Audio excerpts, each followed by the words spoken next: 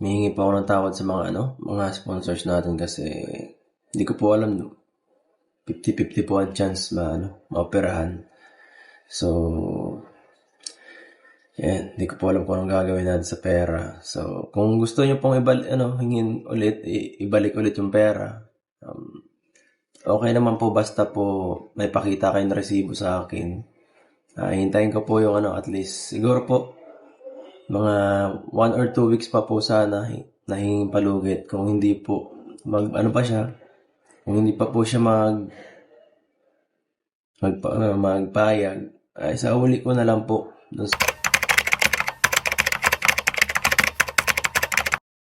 So yun na nga guys, good morning, good afternoon, and good evening po muli sa inyo lahat. Ito muli ang inyong likod, Batang LU, and isang mapagpalang araw ng linggo sa ating lahat po.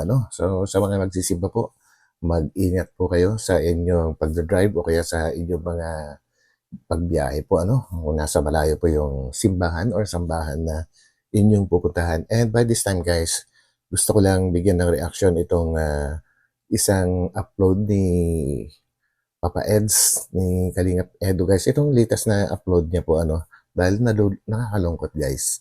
Dahil parang hindi masyadong maganda yung naging resulta ng lakad po nila na kung naalala niyo po yung iniiyakan niya dati na nung minsan na nag-live po siya at hindi natuloy dahil naiyak po siya.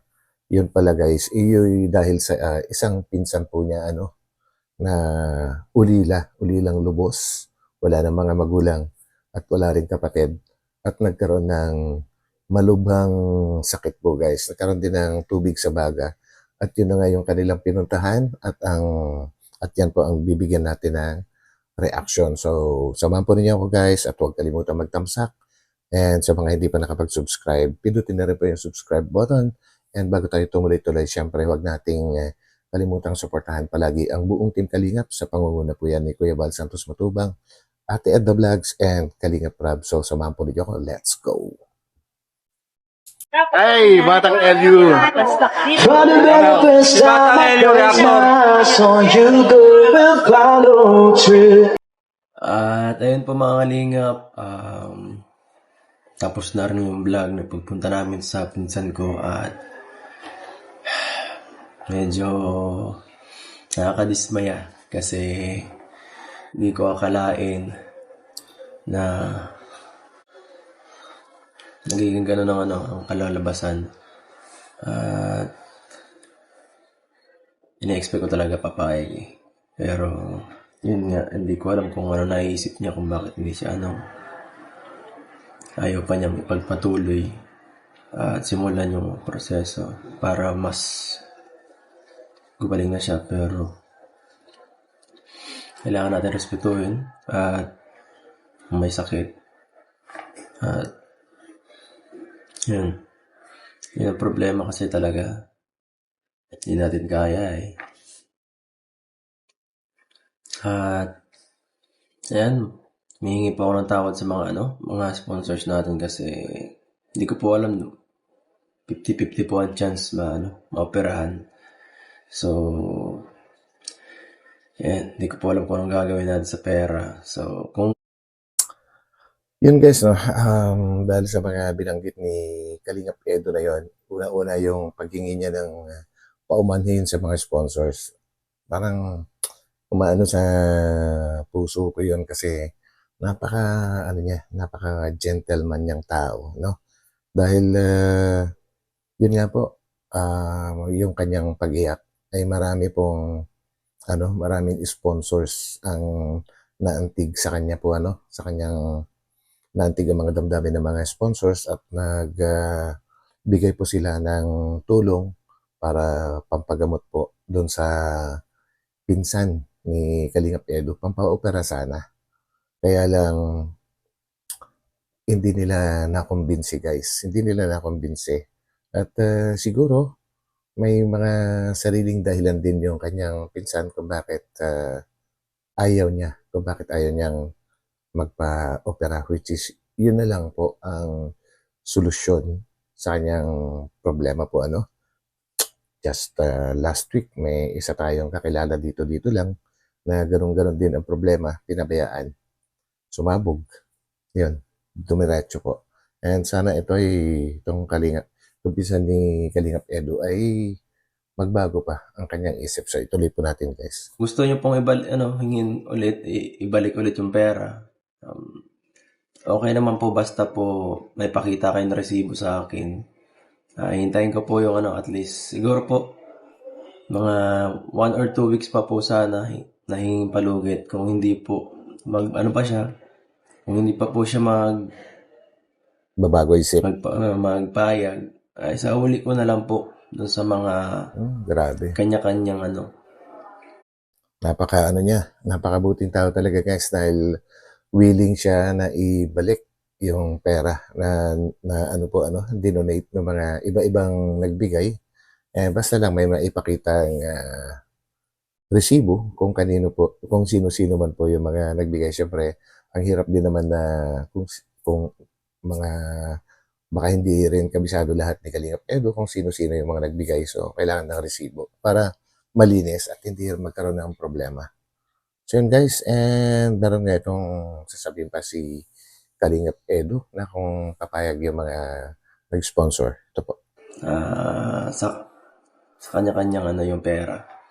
At kung ayaw nyo naman po, kung kahit pa paano ay nagtitiwala po kayo sa akin, gagamitin po natin yung sa ibang mga projects. Kasi may mga ibang naiisip akong projects, kagaya ng sa mga may mga tinutulungan kasi ako dito sa aking may mga beneficiary akong tinutulungan na gusto kong mabigyan ng hanap buhay at yun sana ang gusto ko pang mangyari. So kayo pong bahala kung anong gusto nyo po, pero kung nagtitiwala po kayo at gusto nyo pang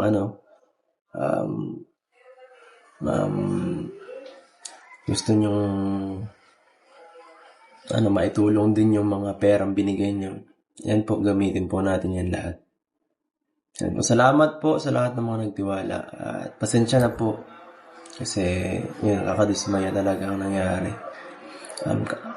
Ganun po talaga kasi minsan ang taong hirap pilitin pag-ayaw. At naawa rin po talaga ako doon kasi yun nga ay hulilan lubos po yun. Kaya medyo ang isip na ay negatibo. Hindi na kayang basta-bastang persuade ng ibang tao kasi punong-puno na siya ng galit at lungkot din.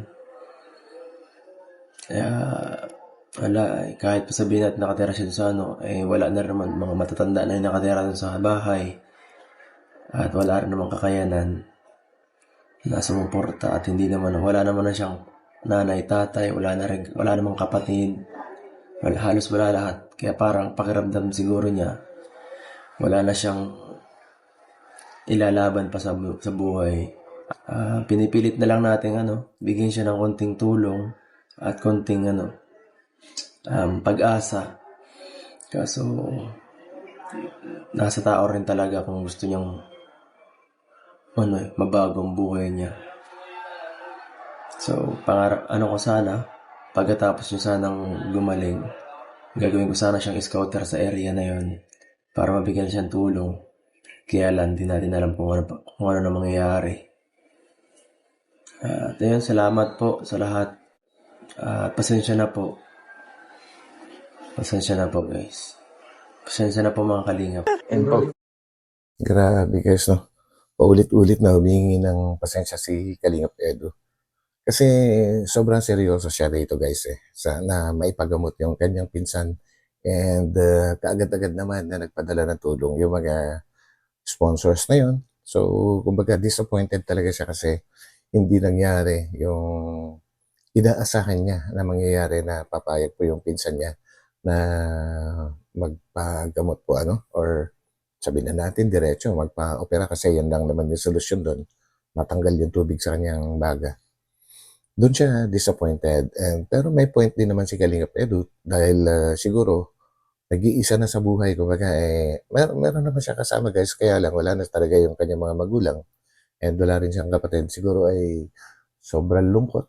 Sa sobrang kalungkutan ay parang ayaw na niyang lumaban siguro para humaba pa yung kanyang buhay po ano. Iba rin kasi pagka yung may mga obligasyon sa buhay, kunwari, isang magulang, yan, talagang iisipin niya palagi yung magiging sitwasyon ng kanilang mga anak kapag sila po ay nawala po ano sa mundo.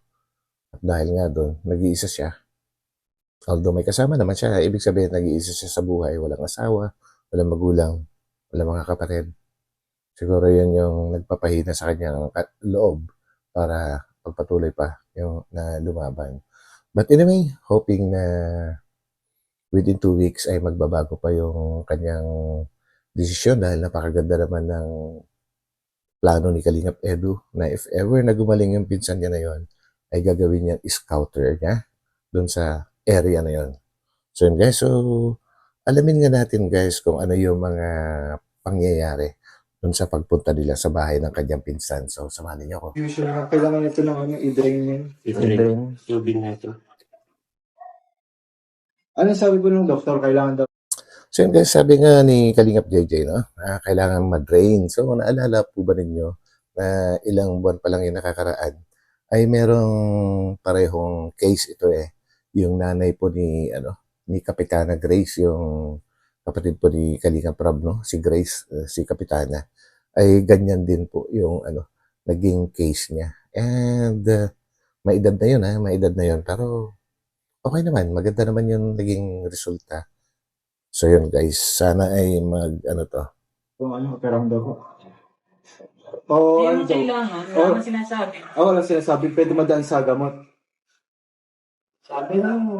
Pero sabi sa iba, operahan ang pinaka Opera? Pero talaga yun. So yun guys, sabi nung pinsan ni Kalingap Edu, ulitin ko lang kasi parang hindi malinaw yung audio. Sabi daw ng wala naman daw sinabing yung doktor na operahan na, yung gano'n. Pero yun lang ang tanging solusyon. Kumbaga ma-drain yung tubig po dadaan talaga siya sa operasyon. So yun, kumbaga medyo nilalayo nung pinsan ni Kalingap Edu yung niya, sarili niya sa pagpapagamot. Wala sinasabi na kailangan talaga. Yun. Kasi po, nakadepende po yung sarili. Kung nasa akin nga. Oo, kung mapagod. Yan. Kasi po, mahirap talaga dito makahinga. Tingnan niyo po. Ano ba dyan yung pinaka Ito yung Ito left, yung okay. ito yung right. Ito yung Kasi black na to. Bakit naging black na hindi? Malapit na rin ito. Kalayo yun guys, pati si Idol Gino Bugs. Natuto na rin bumasa ng X-ray, no? Yan ako believe pagka napasama ka sa mga marunong, natututo ka na rin. Kakargaan na rin. Oh? Ito yung barado ng wala na talaga. Sira na. Ito, okay pa naman. Ito okay. Okay Ito naman yung ito wala. oh. Ito talaga. Yung Masakit ito. Tapos ito yun. Ano bakit? sa likod, kasi nga siya, nakakompress siya. Yung ibig sabihin, kaya nahirapan ka huminga. Yan. Nahapo, parang ganun. Para kang kakatapos po lang tumakbo. Ano po, parang ganun. Kaya po kailangan nyo ng Anong pinaka magandang gawin dyan? Kung ang advice ng doctor po ay pinaka-the best ay Operation. operation. Yun po. Hindi naman po kasi mag-recommend ang doktor na ipapahamak. Tama. So may ininom pa akong gamot ay Opo. 7 days ago. Ano po ang ininom ng gamot? Yung reseta. Patingin ba ng gamot niya? Parang sumisigid lalo yung Isa. Kaya pampaginhawa lang yun. Siya nga, Lahat ng gamot pampaginhawa lang. hindi talaga yan. Correct guys. Talagang ang gamot na ewan ko kung lahat guys napapaginhawa lang ng pakiramdam pero yung katawan kasi natin pagka napapahinga po kusang nag-heal kumbaga kusang gumagaling siya sa tulong na rin ng gamot kasi magiginhawaan ka pero hindi yung gamot mismo ang magiging cause ng direct na cause para gumaling po ang ating mga karamdaman. No? Ewan ko lang sa mga ibang sakit, pero pagdating po siguro sa mga ganyan at pati sa mga lagnat-lagnat, baka ganun. So, hindi po kasi ako doktor, kaya may kaunting nalalaman lang din dahil sa mga pagbabasa-basa. So yun, nice. Pinaka-rim, ano dyan na magpapaayos. Kasi yung ano niya, kaso niya, may tubig yung Oo. Mm. Pero ano naman is, di naman siya mahirapan kung sakaling operahan. Ano, Jay? Hindi man. Hindi. Hindi naman. Hindi naman. Oh, so, Madali lang yan. Ito, ilang beses ito sa isang dalawa, pagkatas kumain. Ito yung tatlo, kasi talagang, kung sa, mahapo ka talaga yun, shortness of breath. sa tingin mo, Jay, kung sakaling halimbawa operahan ka, kakayanin pa kaya ng katawan? Kaya pa yan. Yeah, sa boses pa lang, no? Hindi man natin nakita yung mismong pinsan ni Kalingap Edu, pero kung pakikinggan natin yung boses niya sa kanyang pagsasalita po, medyo hindi pa siya, siguro nasa kaedaran lang siguro, sabihin natin na mas matanda ng kaunti kay Kalingap Edu, pero tingin ko kaedaran lang kung sa boses pa lang, no? Tsaka naman Ayun yan. kuya, kapag mag-undergo ng operation, ito yung laging sinasabi ng doktor, lagi dapat okay yung vitals. Hmm. Yun nga, kagaya ng sinabi ko kanina guys, may edad na talaga yung nanay ni Grace, nanay ni Kapitana, pero kinaya naman niya, syempre, may preparation naman po yan eh.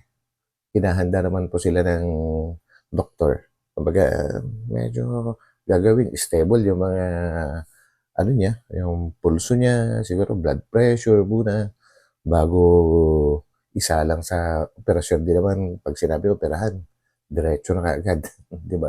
Yung parang, gusto pang tapusin muna yung gamutan. Hanggang kailan daw po yung gamutan niya? Patingin daw po natin reseta niya? Yung reseta niya po. Kasi baka pang isang buwan lang po yan. Pero kung 7 days na lang. Pag 7 days lang po yun. 7 days lang pala. pwede na yan. Kasi mahirap yung hintayin natin maubos yan, pagka ganun. Oo. Pagka edi hirap ka na naman. Ang hahabulin natin ngayon yung... Ano po? Ayaw magpa-opera ko talaga. So yun guys, no? Ayaw talaga niya na magpa-opera. At doon, dahil doon, ay talaga na-disappoint si Kalingap Edu kasi sa tulong ng mga sponsors ay ready na po ang budget na kakailanganin para sa pagpapa-opera niya. Pero hindi talaga pumapayag. Anyway, sabi ni Kalingap Edu ay kailangan respetuhin ang desisyon ng pasyente. Di ba guys? Totoo naman yan. Hindi naman pwedeng pilitin kung ayaw. So, So, yun, ayun guys, no? guys, dito po Ay- kami ngayon sa resort. Pahinga muna. So yun guys, no? So ganun po yung nangyari sa kanilang pagpunta ron. Ito, nasa isang resort po sila ngayon at ito nga si Kalingap Edu dahil siguro sa sobrang pag-worry niya nung nandun sila ay hindi niya masyadong naintindihan kung ano yung mga nangyayari doon. So ito, tatanungin niya ulit si Kalingap JJ para maipaliwanag po sa kanya kung ano talaga yung sitwasyon. So pakinggan po natin guys. At yun Jake, yung kanina, kumusta yung siya? Kalagayan niya? Oo, kasi di ko maintindihan kung malala na ba talaga o ano eh. Para sa kanya naman kuya, hindi pa naman niya malala. Kasi nakakalakad siya eh. Kapag gano'n, Yun. na kapag malala, na yun, hindi na yun nakakahiga. Bedready na lang gano'n. Tapos nakakasuporta na lang yung oxygen. Kaya siya, swerte na lang siya kasi may gamutan siya. May gamutan siyang pampaluwag ng airway, ng kanyang paghinga. Tapos, syempre, para sa akin, hindi pa niya sapat. Hindi sapat yung gamutan. At saka minsan guys, tayo mga Pinoy, ewan ko lang kung tayo lang mga Pinoy or kagaya din tayo ng mga ibang taga-ibang bansa na hanggat hindi tayo hirap na hirap sa ating karamdaman, ay hanggat maaari ayaw natin magpadala muna sa hospital eh. Baka sakaling madala pa sa mga gamot-gamot. Yung mga ganun po nakaugalian na natin. Ewan ko kung pagtitipid ba yun o natatakot tayo sa maaaring mangyari sa atin kapag tayo na-operahan. Siguro halo-halo na rin yun guys, no? Pero marami akong kilalang ganyan. And isa na rin ako dun.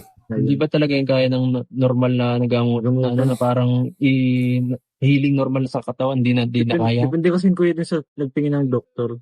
Kasi tinignan siya ng doktor eh.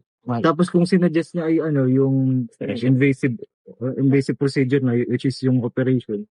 Yun yung kailangan niya ng talaga intermediate action kumbaga. Kasi nga baka mas ma-worse pa yung mangyari kinalao. Yun yung pinaka-ano naman namin masolusyonan agad yung pinaka minimal pang pangyayari sa kanila. Kasi sa tingin ko naman, yun nga, di ba sabi ko sa'yo kanina, una kong tingin, baka meron nga tong underlying cause pa. Yun nga, nasabi mo na, nabanggit na kanina may nagkaroon siya ng TB. Yun nga. Sabi ko Ayun. baka nga dahil Ayun naman pala guys, nagkaroon na pala siya ng TB before, bago pa siya ulit nagkasakit ng ganyan. Ayun, talagang humina na rin talaga yung baga niya, Dapat nag-iingat na siya, na yung lungs niya, possible na madatnan pa siya ng ibang sakit. Which is yun nga, nagkaroon siya ng pleural effusion, yung nagkaroon siya ng tubig sa baga, sa right side pa. Ayun, mahirapan talaga siya. Kaya iba, niya, yung tayo niya kaganto. Tagilid siya eh. Tagilid, tas Mahirap. nakaganan yung niya. Oo. Hirap na pala talaga. Kasi yun yung comfort zone niyang pag Comfort ng Kaya pag position. nakahiga yun, lagi dapat naka-upright lang. Naka-side view. Hirap na. Tapos buti ako nasabihan natin kung ano yung mga consequences. Pero yun, paano yun? Ang hirap kasing sumbisiin eh. Oo nga, sobrang hirap. Magaling talaga ako yung pasyente. Hirap. Hindi. Kahit ikaw naman, ako gusto ko siyang gawin kasi parang siya ayaw nang gumaling eh. Gusto mo siyang tulungan, pero kung siya ay hindi siya cooperative, talagang mahirap talaga po yun. Pag-iisipan niya yun, pag-iisipan niya yung...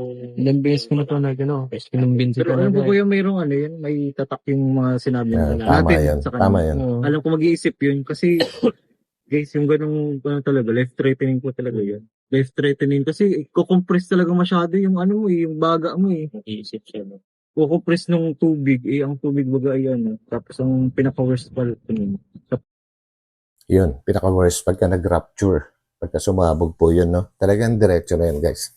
Siguro kinabukasan, wala na kagad pagka ganun. Kagaya nung nangyari nga nung kinikwento ko kanina. So yun, grabe guys, Actually, kaya ako binigyan ng reaction to.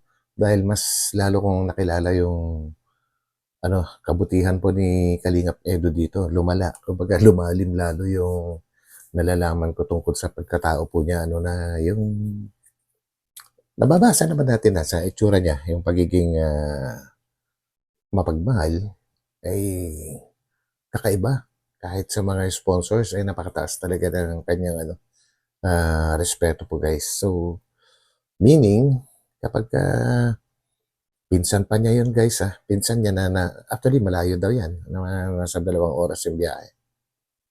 Which is lalaki pa yan, kumbaga hindi niya madalas nakakasama.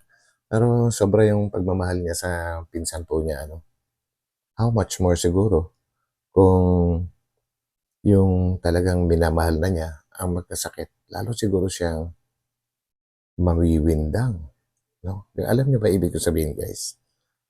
Na siguro kapag yan, minamahal niya, huwag naman sana mangyari. Gusto ko lang i-emphasize na kung kaya niya magmahal ng pinsan, mas lalo niyang kaya magmahal ng isang karelasyon na walang iba kundi si Viancy po yun, So yun guys, yun lang naman ang ibig ko sabihin. So hanggang dito na lang guys, and sana nga magkaroon ng pagbabago yung desisyon ni ng pinsan niya para tuloy-tuloy na siyang gumaling and magkaroon din siya ng trabaho na magiging scouter po ni Kalingap Edo. So yan guys, maraming salamat po muli sa pagsama ninyo sa akin dito sa naiksing video na ito. And ito muli ang inyong lingkod, Batang LU. At pagkita-kita po tayo ulit sa akin susunod na upload. And huwag po natin kalimutang mag-thumbs up or pindutin yung like button kung sakaling magustuhan po ninyo ang ating pinag-uusapan po ngayon. So yun po, pansamantala, papaano po muna ako. Bye.